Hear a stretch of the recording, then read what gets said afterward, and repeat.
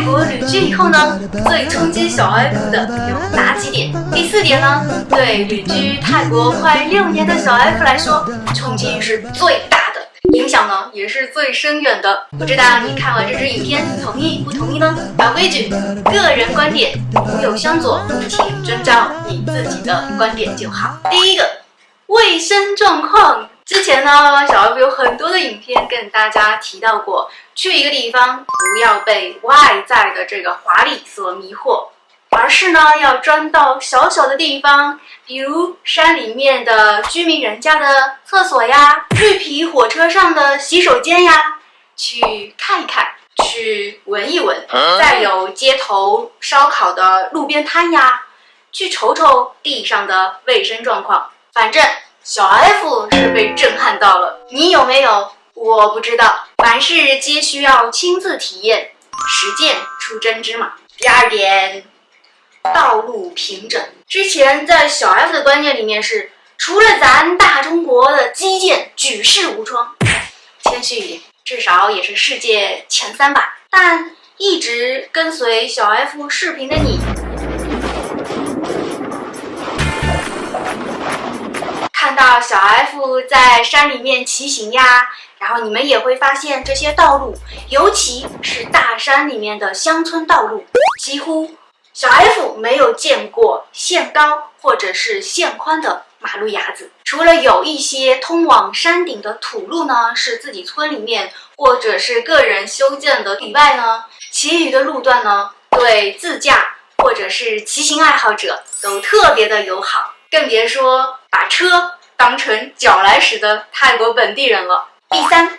礼让与安静。来泰国久了，你会发现泰国人习得日本文化的深远，商场里、菜场里、夜市里，鞠躬哈腰的泰国人到处可见。跟你面对面碰撞上了，一定会让你先过。而你在菜市场里面买菜的时候，小贩呢也会先双手递给你零钱，然后再把菜递到你的手上，记得是你的手上哟，不会把菜扔在一边，然后转头招呼其他的顾客去了。这一点你在泰国的菜市场绝对看不到，而这样的场景呢，每日可见。马路上2车相撞，我刚刚看到2个摩托车相撞了，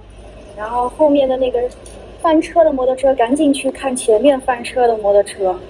现在交通有点堵塞哟。然后泰国人好像都没有吵架，默默无声地推着摩托车主动让到边上，然后后面的车也没有按喇叭，没有叫嚣，没有争吵，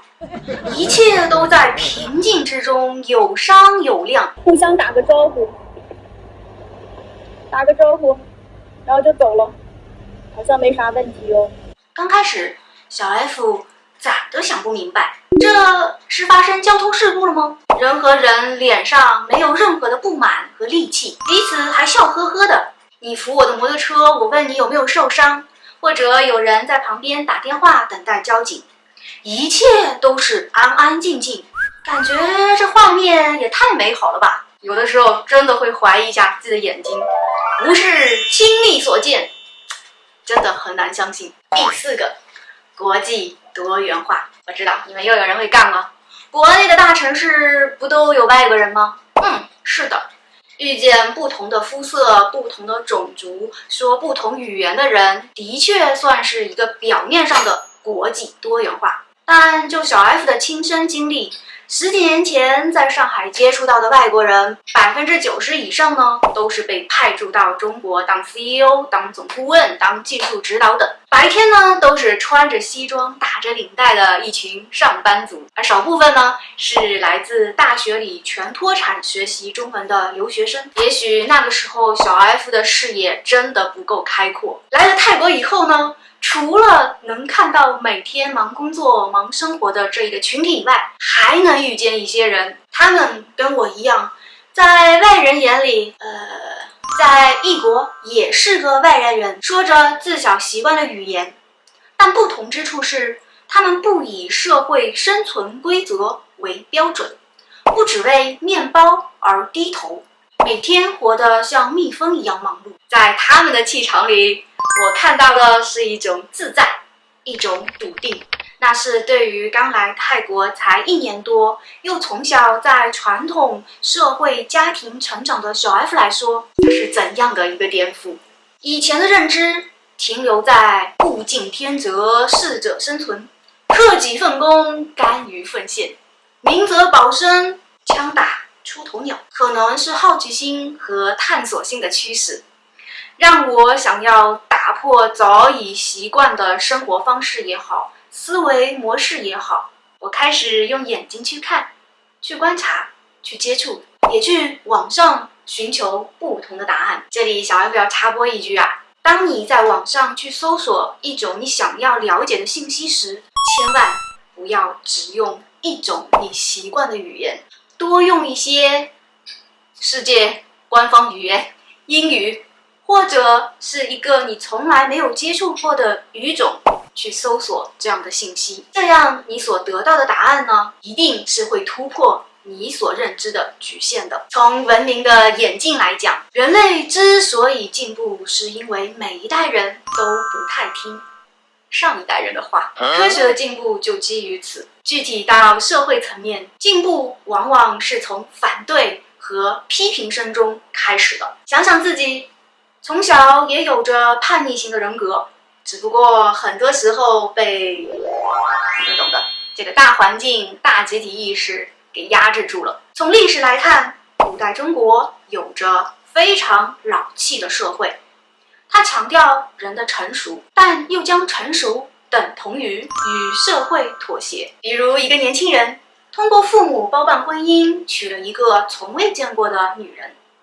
然后按部就班的生活工作，那就意味着走向成熟。而在这个过程当中，如果出现不满，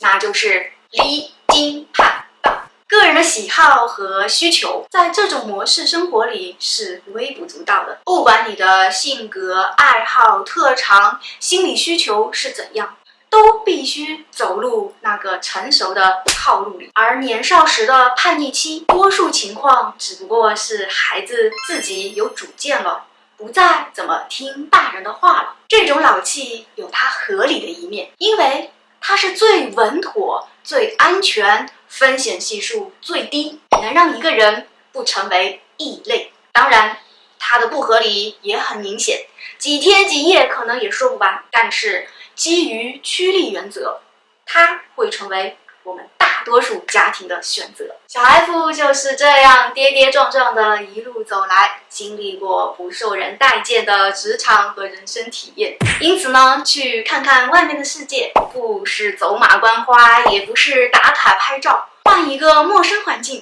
静静的待上几年，成了我心中一个小小的梦想，也是我现在旅居在泰国清迈的原因之一。工作也好，生活也好，干些什么也好，不干些什么也好，去真正的碰触与自己价值观以外的一些人和事情，去打破早已习惯的舒适圈、朋友圈或自我认知的局限也好，成了我在泰国旅居生活最大的驱动力。经常关注小 F 影片的你，也留心到小 F 的变化和进步，不再以一种观点断是非、论对错。目前来看，也是我人生收获到的最丰盛的礼物之一。